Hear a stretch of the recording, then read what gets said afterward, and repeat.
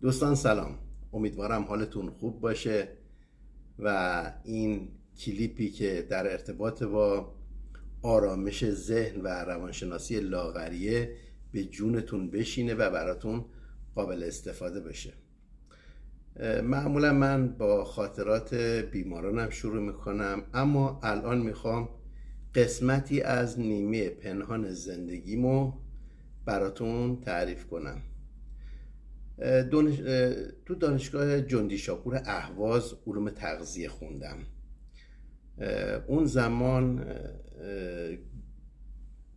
چون زمان زیادی ازش میگذره یه خاطری تداعی شد. یه لحظه اون زمان عرب زبانهای عزیز میگفتن تمات خمسمیه، گوجه 50 تومن، 50 تا 1 تومنی بود. الان خب دیگه چون این مهم بود، یکی از دوستان قبل از این لایف سوال کرده بود، خانم حیدرزاده مهربانوی از خراسان رضوی سوال کرده بود که آیا گوجه مضر یا مفیده؟ در سالهای اخیر سرطان به شدت زیاد شده و همین موضوع باعث شده که ما با رژیم قلیایی یه سد دفاعی جلوش ایجاد کنیم. سلول های سرطانی عاشقانه در محیط اسیدی زندگی میکنن، رشد میکنن، تکثیر پیدا میکنن، میزبانشون رو غیر فعال میکنن. گوجه آنتی اکسیدانه.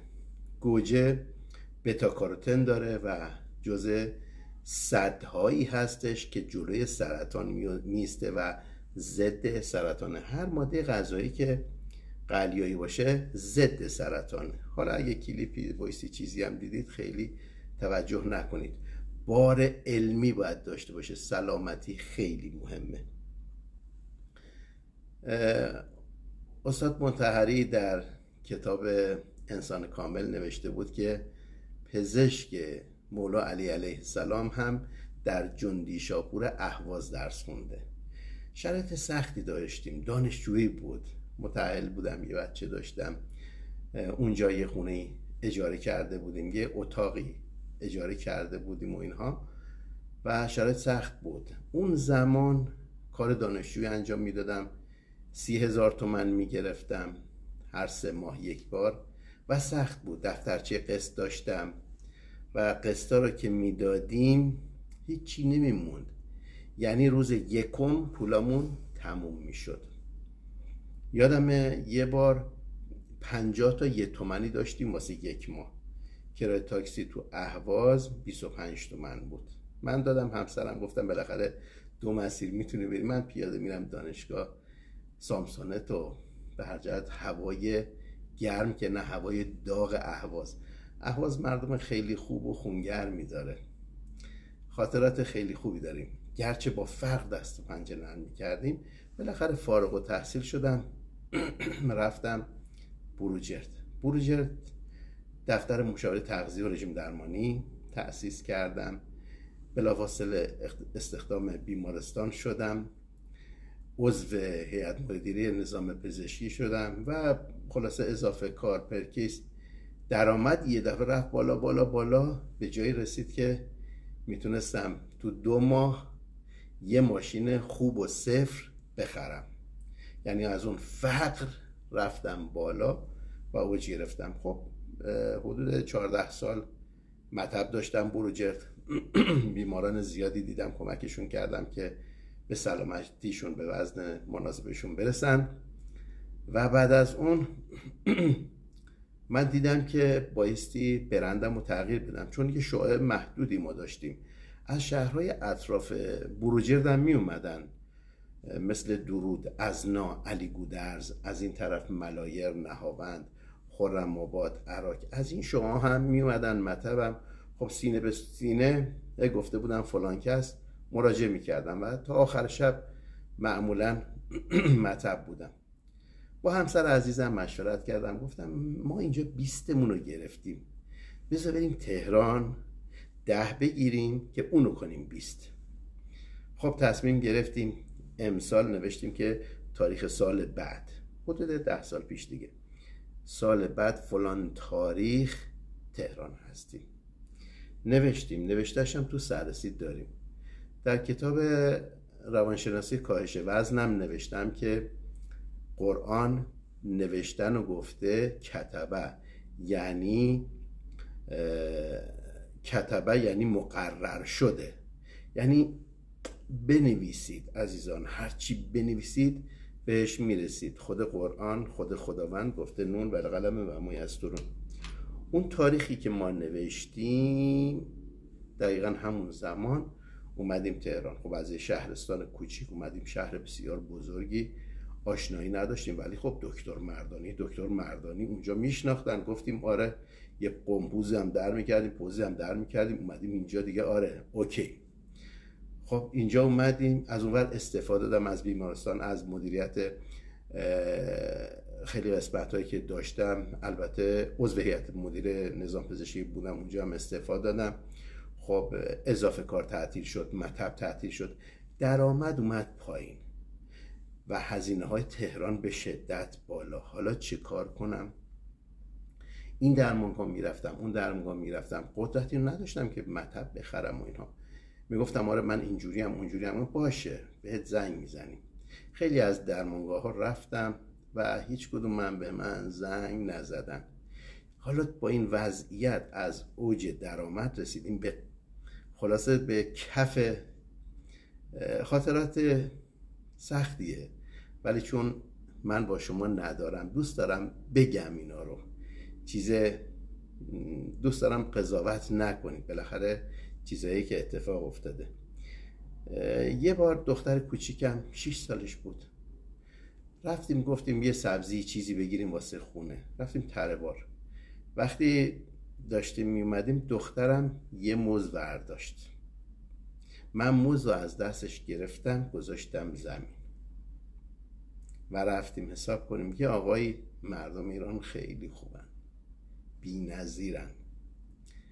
یه آقای جوونی اومد کنارم، در گوشم گفت میشه اجازه بدی من حساب کنم؟ گفتم نه. ای کاش شماره‌شو میگرفتم و بعدم میگفتم الان برند لاغرفیت کشوری شده، مطب من کشوری شده، حدود 10 نفر استخدام کردم و از اون وضعیت خیلی وقت دیگه. 3 سال اول یه سختی وحشتناکی داشتیم. یه مثال بزنم، نگید آقای مردانی مثالای چندشاور نزن، صادقانه دارن میگن. چیه؟ نخ دندونه. اون زمان 5 تومانی بود. من نخ دندون نه اینکه بگی خیلی ها، یه کوچولو میکندم، خیلی کوچولو، چون نداشتیم 5 تومانی که دیگه بخریم. گیر میکرد، در میرفت بالاخره. بعد اینو من قایم میکردم که همسر عزیزم میدید پرت میکرد. یعنی میخوام اینجوری بگم، حالا با یه سختی مواجه شدیم و همسرم گفت محمود جان میخوای برگردیم؟ گفتم به خدا قسم اگه رفتم سر خیامون گفتم منو ببرید سر کار، هر کاری انجام میدم بر نمیگردم. من میخوام برند لاغرفیتو کشوری کنم، جهانی کنم و به مردمم کمک کنم. فکر کردم چیکار کنم، هزینه ها بالاه. یه کتاب داشتم چاپ کرده بودم سال 95، قیمتشون زمان 19,000 تومان بود. یکی از اون کتابا من نگه داشتم به رسم یادگاری. 1000 تا چاپ کرده بودم، 700-800 تاش مونده بود. شروع کردم این طرف اون طرف، رفتم مساجد غرب تهران و من سخنرانی کردم. موقع نماز ظهر و عصر میرفتم و از اون روحانی اجازه میگرفتم میخوام راجع به سلامتی صحبت کنم، صحبت میکردم. بعد از اون 1 کتاب 2 کتاب من میفروختم و میومدم یا بنزین میزدم و گاهن میموندم که یه قالب پنیر بگیرم یا یه قالب صابون بگیرم. خلاصه ان مع العسر یسرا، سختی بعدش آسونیه. میخوام بگم دوست عزیز، اگه مشکل داری باید با مشکلت بجنگی. من 3 سال اول زندگی که تو تهران داشتم با سختی مواجه شدم و اون سختی ها هرچی هم قوی بود سخت بود. برای شارژ ساختمون که 50,000 تومان بودم مشکل داشتم. اما مقاومت کردم، جنگیدم و خدا رو شکر وضعیت جوری شد که به الحمدلله استیبل شد، شرایط طبیعی شد و خیلی خدا رو شکر خوب شد الحمدلله. و الحمدلله روز به روزم داره بهتر میشه. عرض کردم حدود 10 نفرم ما زحمتکش داریم، پرسنل داریم که شما منو میبینید جلو ویترین، اونا خیلی زحمت میکشن. اون دوستان عزیز که تو تیم لاغرفیت هستن خیلی زحمت میکشن. بهتون قول داده بودم یه تکنیک خفن بین المللی برای کاهش وزن به شما بگم. ازتون درخواست کرده بودم که کاغذ و قلم همراهتون باشه. لطف کنید یه خط بکشید مثل تی انگلیسی، این کار رو انجام بدید. بالاش بنویسید چاقی، این طرف هم مزایای لاغری، زیرش هم نقطه عطف رو یادداشت بکنید. یادداشت کردید؟ چون کار داریم با این.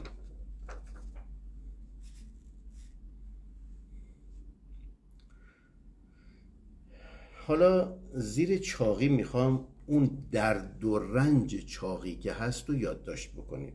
من تعدادی رو یادداشت کردم برای شما میخونم. اگه من چاق بمونم چه اتفاقی میفته. اون درد و رنجی که اشک تو در میاره میخوایم بنویسیم. تحمل کنید، نگران نباشید. اگه گریه هم کردی بنویس. زیر اون چاقی بنویسید، درد و رنج چاقی بنویسید: از چاقی خسته شدم، کلافه شدم، دیگه هیچ لباسی نمیتونم بپوشم. اینایی که من نوشتم شما هم میتونید برای خودتون بنویسید. برای استخدام مشکل دارم، چون دیدید وقتی میبینن کیو استخدام میکنن؟ خوشندان و زیبا، و من مشکل دارم. نگاه دیگران زجرم میده. اینا از دغدغه‌هایی که بیمارم همه برای من نوشتن. دوست ندارم برم تو خیابون. یکی از مریضام مسئولیت صدا سیما هم داشت، میگفت دوست ندارم برم تو خیابون. اعتماد به نفس ندارم. یبوست اذیتم میکنه، هموروئید، دیابت، فشار خون، مشکلات گوارشی، کمرم درد میکنه، درد زانو دارم، قیافم اندامم زشت شده. بنویسید هرچی دردتو بیشتر میکنه بنویس. میخوای لاغر بشی. دارم کچل میشم. یکی نوشته بود دارم کچل میشم، اینقدر ریزش مو گرفتم، همش خستم، یعنی بی حالم، جون ندارم، نا ندارم، حال ندارم، زود عصبانی میشم، استرس دارم، اضطراب مداوم، دلشوره امانمو بریده، چه کار کنم؟ وای از چاقی شکم. یکی از بیماران میگفت من وقتی از اینا درد و رنج برای من درکتون میکنم، نمیشناسمتون ولی دغدغاتون رو درک میکنم. یکی از مریضان میگفت من وقتی میخوام برم از در وارد بشم اول شکمم وارد میشه. اون یکی میگفت شکمم میفته رونام زخم شده، پوستش قرمز شده، رونام به هم میماله و خیلی مشکلات دیگه. و انقدر این لیست رو ادامه بدید تا زجر رو، درد چاقی رو حس کنید. ممکنه گریه‌تون بگیره، ایرادی نداره، اصلا میخوام این اتفاق بیفته. حالا زیر ستون مزایای لاغری، زیر ستون مزایای لاغری چیزای دیگه بنویسید. تجربیاتی که بیماران به من دادن اونا رو من میخونم، شما هم برای خودتون بنویسید. شاید درد و رنج دیگه یا اینکه مزایای دیگه واسه تناسب اندام بنویسید. به اینا اضافه کنید، به اینا اکتفا نکنید. یکی نوشته بود که وقتی لاغر بشم خواستنی تر میشم، زیباتر میشم، جذابتر میشم، به اون اوج سلامتیم میرسم، اعتماد به نفسم میره بالا، سبک و فرز و سرزنده میشم. یکی نوشته بود که مادر سالمی میشم، همسر سالمی برای شوهرم میشم، خودم لباس انتخاب میکنم. یکی میگفت که تو اتاق پرو آی مردانی برات دعا کردم. گفتم خب دعا تو مساجد، تو تکایا. گفت نه، رفتم لباس هرچی پوشیدم بعد از اینکه لاغر شدم فیتم شده و خیلی لذت بخش بوده. تو اتاق پرو برات دعا کردم. خودم لباسم رو انتخاب میکنم، مجبور نیستم یه لباسی بپوشم، انتخاب با خودمه. تو استخدام موفق تر هستم، دیگه همه منو میبینن، نفر اول میبیننتون. شاداب تر میشم، اضطراب دیگه ندارم، دیگه افسرده نیستم. قند خونم اومده پایین، اون مشکل هموروئید خوب شده. فشار خونم چند واحد پایین اومده، مشکلی که واشگی داشتم اون خوب شده. تو جشن‌ها و مراسم‌ها دیگه شرکت میکنم چون اندامم زیبا شده. یکی هم نوشته بود به خودم افتخار میکنم از تناسب اندامم و زیباییم. خب این جدول رو پر بکنید و بهش اضافه بکنید. حالا روش کار چیه؟ روش کار به این صورته که میخوایم 25 بار این تمرین رو انجام بدیم. یعنی اون درد و رنج چاقی رو میخونید تا غم سراسر بدنتون رو بگیره.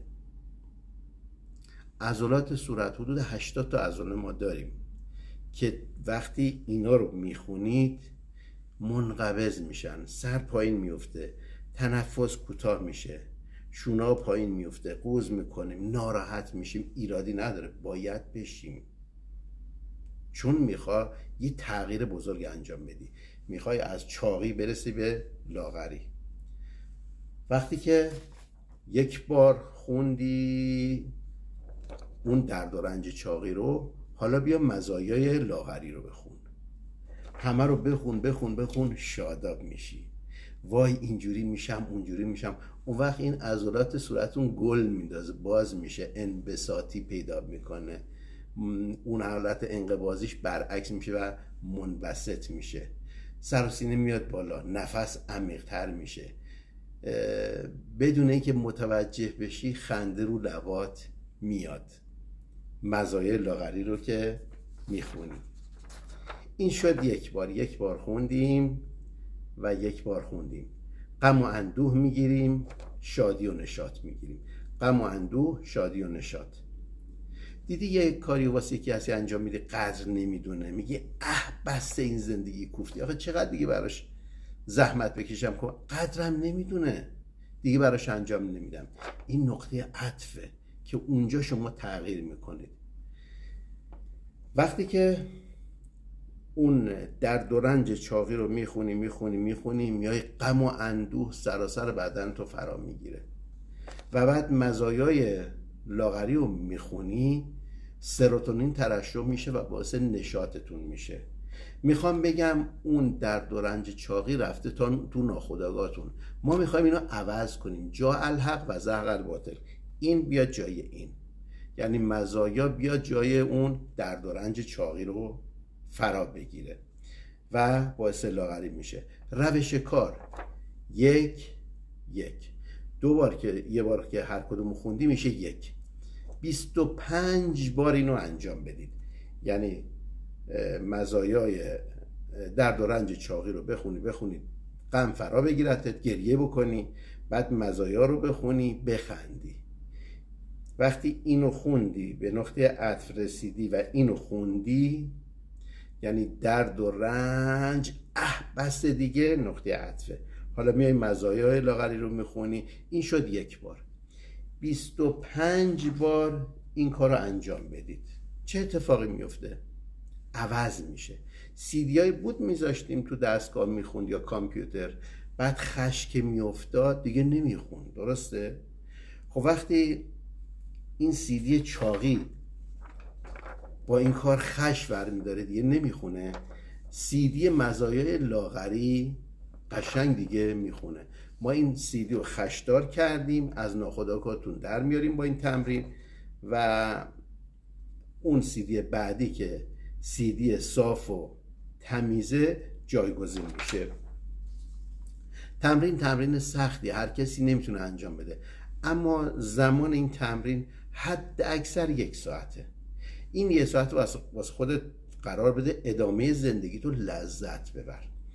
یه شخصی بود، همین تمرین رو تی انگلیسیه، سخنران انگیزشی و بین المللی بود، میگفت من ناخونامو میجویدم، یعنی ناخونامو میجویدم، میخوردم، مینداختم بیرون، به قدری که زخم میشد دیگه ناخون نداشتم، میرسید به اون قسمتی که دردناک بود. اینو انجام دادم دیگه ترکم شد. بعد از مدت دیدم هنوز یه بار دیگه انجام دادم و الان دیگه سالهای سال اون سیدی خش خورده، این سیدی اومده جاش و دیگه ناخون نمیجام. حالا شما تو کسب و کار خودتون هم میتونید، اگه سیگار میکشی، میخوای سیگار رو ترک بکنی، درد و رنج سیگار، مزایای ترک سیگار، درد و رنج فقر، مزایای ثروتمند شدن، اینا رو میتونی استفاده بکنی، اجرا بکنی و به اون تارگتت برسی. من این کارو کردم، نتیجه گرفتن. دوستانی که مشاورشون بودم این کارو کردن و خدا رو شکر نتیجه گرفتن. شک نکنید، 1 ساعت زحمت بکشید، سخته، میخوای تفکر کنی، گریه کنی، بخندی، اما این کار سخت خیلی ارزشمنده. چرا؟ چون از یه جهنم میخوای درای بیای بری بهشت، پس میصرفه بهاشو بدی، میصرفه یه زحمتی داشته باشی، یه زحمتی بکشی و به این نتیجه مطلوب برسی. و وقتی که رسیدی، تصمیم گرفتی لاغر بشی، اون وقت خداوند هدایتت میکنه. یادتون باشه اگه از شهر خودتون میخواستید برید برنامه رژیم بگیرید و خواستید لاغر بشید، مثل اون دختر بچه که من مثال میزنم، پاشو میکوبه زمین، من اون عروسک رو میخوام، اونجور وقتی میخواید برید پیش مشاور تغذیه‌ای که شماره نظام پزشکی تغذیه داره، اون درس تغذیه رو خونده، پیش هر کسی نرید. حالا یا تو سایت لاغرفیت، تو کانال لاغرفیت، بنده در خدمتون هستم. و وقتی که به این نتیجه رسیدید، اون موقع میایید 2 تا 4 تا میکنید چه کار کنم به نفعم بشه. خب وقتی که مثلا تو دوره رژیم قلیایی من میخواید شرکت کنید، اصرار ندارم شرکت کنید، باید تحقیق کنید. تو این دوره رژیم قلیایی همون سرطانی که گفتم گوجه، سد واسه بیماری ها، سد واسه سرطان، خیلی چیزا گیرتون میاد. اون چیزایی که گیرتون میاد حساب کنید، اگه به نفعتون بود بیاید زیر نظرم، اگه به نفعت نبود نیا، برو جایی که به نفعت باشه. تو این رژیم قلیایی پوست نمیفته.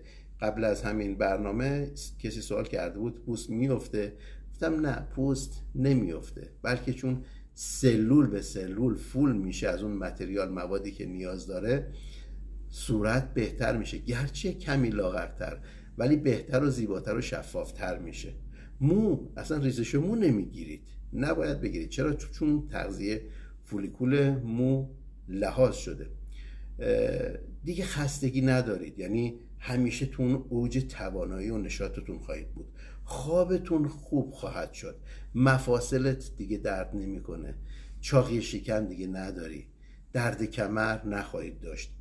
به اضافه اینکه وقتی پر انرژی میشی به زندگیت هم بهتر میرسی و زندگیت هم رمانتیک تر میشه. و این لاغری شکم خیلی اهمیت داره. یکی هم سوال کرده بود چرا این شکم و پهلو نمیره؟ شکم و پهلو اول میاد آخر هم میره. پس دقت بکنید، برای خودتون سرمایه گذاری کنید. سرمایه گذاری فقط پول نیست، پول یه قسمتشه، قسمت بعدش این سرمایه گذاری باعث میشه که زندگی با کیفیت تری داشته باشید. از این همه درد و رنجی که جامعه دارن میکشن رهایی پیدا بکنید، یعنی متفاوت بشید. حدود 97% از مردم تو محیط اسیدی دارن زندگی میکنن. شنیدید که میگن طرف اخلاقش اسیدی شده، پشت چراغ قرمز بوقو گرفته، وحشتناک. خب بابا الان داره میره، ما هم میریم، همه چند ثانیه اختلافشه. یا زود پرخاشگری میکنه یا وزنش یا بیماریاش، اینها همه محیط، یعنی اینکه بدن به سمت اسیدی شدن پیش میره.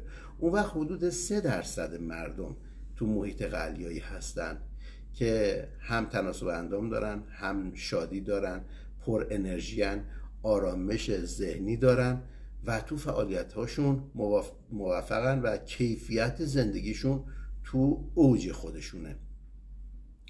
پس دقت کنید، شما هم لایق این هستید که از این 97% بکنید، بیاید برید جزو اون 3% بشید. چرا؟ چون به صرفتونه، برای خودتون سرمایه گذاری کنید. یه مبلغی میخوای بدی، خیلی چیزا گیرت بیاد. رو این تفکر کن، این تمرین تی رو انجام بده برای رفع مشکلاتت و تصمیم گیری درستت برای زندگی و کاهش وزنت.